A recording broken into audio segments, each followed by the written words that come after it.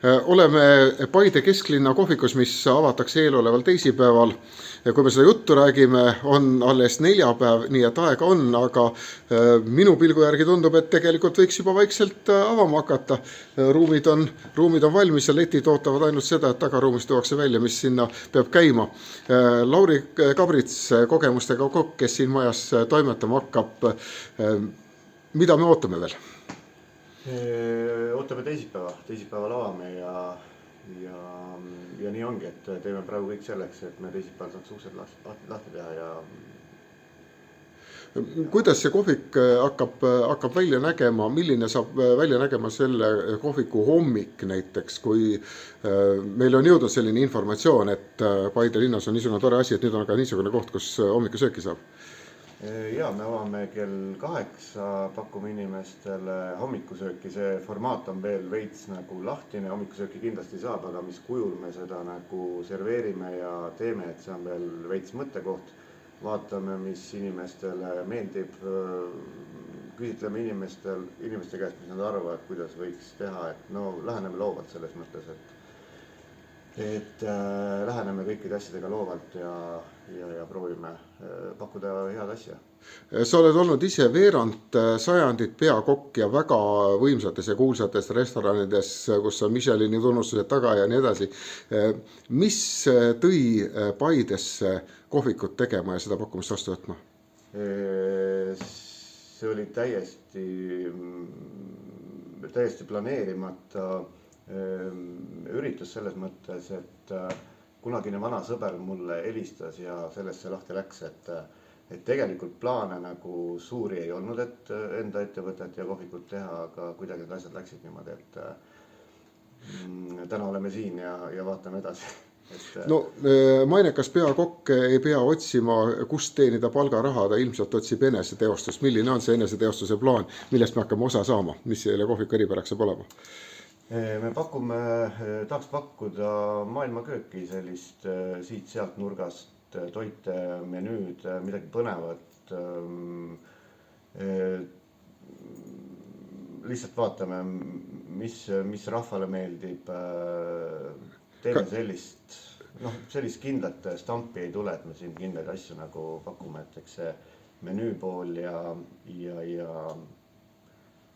vaatame, et see jääb selliseks veits üllatuseks ka, et vaatame, mis sealt tuleb. Michelini tunnustega restoranis peakokana töötamise taust on see, mis tõmbab kõik kindlasti pingule kahes mõttes. Ühes mõttes sellepärast, et see on lagi taseme poolest. Teine asi aga, et kas nüüd tuleb hästi kallis söögikoht?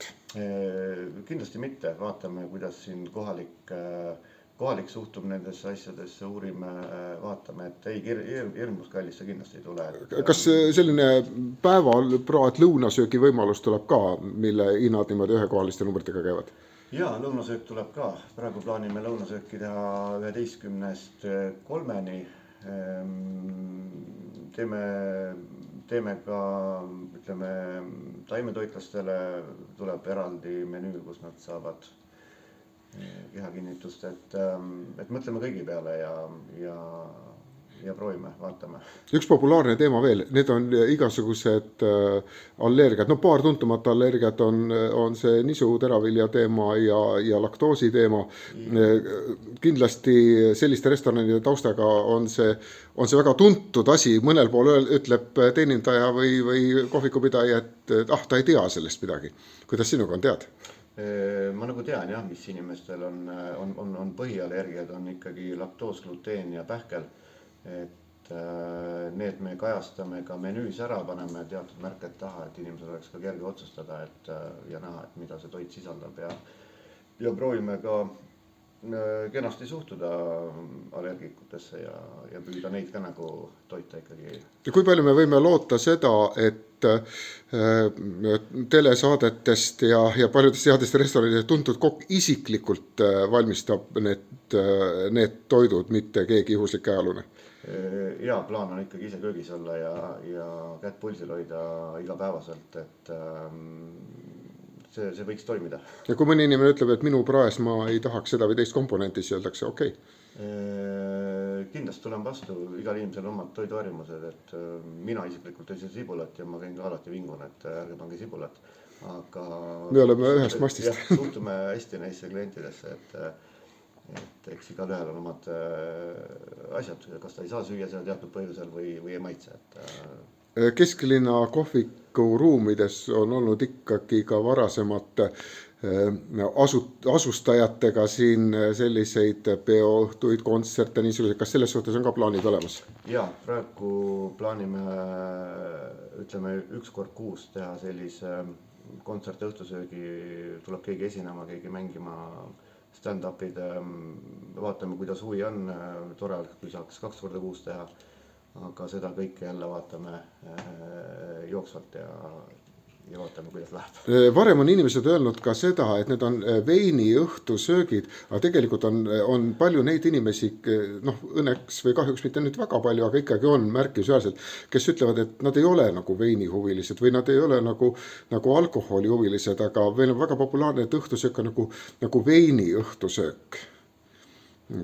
Kas see fookus muutub? Ei muutu, kõrvale pakume ikka õhtusöök, kindlad veinid, meil on olemas sommeljeed, kes tegelevad toitude kõrvale ja soovitavad veine. Ma mõtlen eelkõige seda, et kas nii-öelda pileti hinna sees on veinid või see on inimese valik, kas ta joob veini või ei joo? Seda ei oskagi praegu öelda, et me esialgu, ütleme, meil tuleb nüüd kontserti õhtusöök, et esialgu paneme ühele õhtusöögile paneme veini juurde, mida sommeljee soovitab, et need, kes juhul veini joo, nendel on muud alkoholba, kokteilid, asjad võimalik, et see traditsiooniks võib-olla ei jää, aga mine tea, et kõik on katsetamise asi. Et on võimalik teha ka alkoholivabu valikuid? Jah, vabalt, et eks need on kõik. Üks põnev teema selle juurde, ma ei nüüd selle veini juurde kinni, aga ma tahan selle üle küsida. On ju olemas alkoholivabad veinid, šampused ja kõik sellised võimalused ka. Neid reeglina nagu väsendusena välja ei pakuta. Kas see võimalus tekib ka, et inimene võib öelda, et ma tahan küll veini, aga ja, kindlasti meil on alkoholvaba õlled, veinid, selline valik on olemas sees ja mõtleme kõigile, et... Ja sa oled kunagi äratanud tähelepanu ka sellise spetsialistina, kes saab hakkama metsloomaga. Metsloomad, kõigile tundub väga huvitav, kits ja metssiga ja põder, aga reeglina koduköögis, eks ta keeratakse nagu tuksi, et teda toitu, see kuivavõitu liha siis kiita, peab olema lihtsalt perenaise vastu viisakas ja pärast sööma kodudel burgerit, aga kõik räägivad, et sa pidid mingid imenõkse valdama. Oled sa valmis ütlema näiteks siin selles oma intervjuu käigus, mis on peamine nõks, et põder mahlaseks jääks? No või on see saladus? Vaat ei ütle ka tegelikult, et selles mõttes, et minu juurde on tulnud jahimehed, tuli jahimees, kes oli 80-aastane ja ütles, et on terve elu jahil käinud, aga ta pole nagu nii mahlast ja pehmet põtra veel saanud, et mis nipp sellega on, et seal on jah, teatud nipid, asjad, aga jah, ulukitega olen tegelenud mingi... Ikkagi saladus? Jah, et 10 aastat ikka tuleb sellist ulukistaaži, et... Aga kas on plaanis ka siin kohvikus mõni ulukilihakasi teha? Jaa, kindlasti proovime siin ka ulukit teha, aga siis vaatame, kas siis põtra või hirve või mida saab, et kas ta nüüd päris menüüsse nüüd jääb, aga kindlasti teeme eripakkumisi ja võib-olla korraldame ulukitega siin õhtusööke, et vaatame, kuidas inimeste huvi on ja nii on. Veel üks küsimus, mille ma tahan esitada, mis on selline, mitte nii konkreetselt sellesse teemasse, aga ma olen vahel selle üle mõelnud, et on inimesi, kes söövad peaaegu kõike, on inimesi, kes on pirtsakad, aga inimesi, kes sööb absoluutselt kõike hea meelega, mina küll ei tea. Kuidas on peakokka ameti juures, sa pead proovima kõiki toite, sa pead olema kõigega kursis, sa oled olnud ka näiteks sellise äärmusliku asja nagu Eesti kõige mainekama Mehhiko restorani peakokk.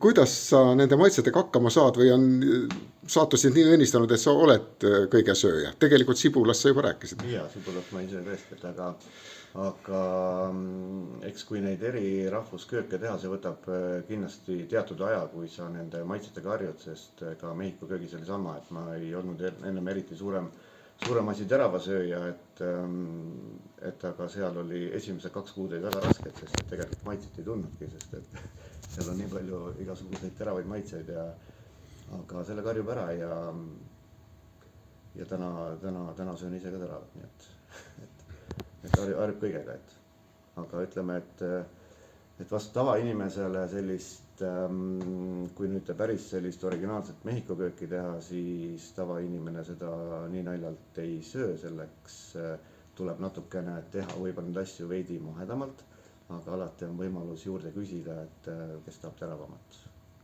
Et lihtsalt praktika on seda näidanud, et ütleme, jalapeenot päris kõik ikka niimoodi kahvli otsast ei söö. Meil sellised telesaatejuhid kipuvad siin pildile ja muusikud sellega, et küll nad ikka imelikke asju söövad ja siis vahel neile viiakse mõni asi. Veerand sajandi pikkuse staažiga peakoka käest oleks ikka praegu väga vinge küsida, et mis on kõige hullumeelsem asi, mida sa oled söönud või teinud. Ja ma küsingi seda. Noh, mis ma näiteks toon, et ütleme haigala on sellise hästi spetsiifilise lõhnaga, mis algul võtab põlved nõrgaks. See ei ole hea lõhn? See ei ole hea lõhn, jah, aga tekstuur ja liha on väga head. Pulli mune olen teinud, mis on ka paljudele, meil üks selline pime üritus, kus siis peale söömist tutvustasime alles, mis me nüüd tegime, et siis oli mõnel inimesel kutsus ka reaktsiooni esile? Jah, kutsus reaktsiooni esile, et see ei ole võimalik, aga tegelikult kui sa ei tea, mis sa sööd, et tundus tegelikult päris maitsev. Sinu kokakunstiga hakkame päevast päeva olema nüüd koos alates eelolevast esmaspäevast hommikul kell 8. Teisipäevast teisipäevast hommikul kell 8 lõpuks lahti, jah? Läheb kell uks lahti ja esimesed ütleme niimoodi, et hakkab olema nii, et esmaspäev, teisipäev, kolmapäeval oleme 4-ni, neljapäev, reede oleme õhtu 10-ni, hommiku 8-st ja laupäeval on veel veits küsimärk, aga ma arvan, et laupäev on 10-10-ni. Laupäeval suletud, et teeme praegu nii. Lõpetuseks, Lauri Kabrits, mis on sinu lemmiktoit? Kõige lemmikum toit võib-olla isegi lapsepõlvest peale ja ära siin palju häbene, seepärast, et ma olen väga sageli kuulnud, et selliste väga suurte kogemustega kokkade lemmikuks on, ma ei tea, praekartulid näiteks. Jaa, minul on hapukapsasupp ja korraliku pekiga ja mida saab pärast leivale määrida, et see on läbi aegade olnud selline asi, et ja kui ise hapukapsa teed, siis on ta nagu super hea. Teed meile ka siin vahel mõneks lõunaks või? Kindlasti, ma teen varsti mingi partii kapsast ja siis saab suppiga maista, et proovime. Aitäh ja edu, me saame endale hästi kihvti Keskväljaku kohviku. Jah, loodame.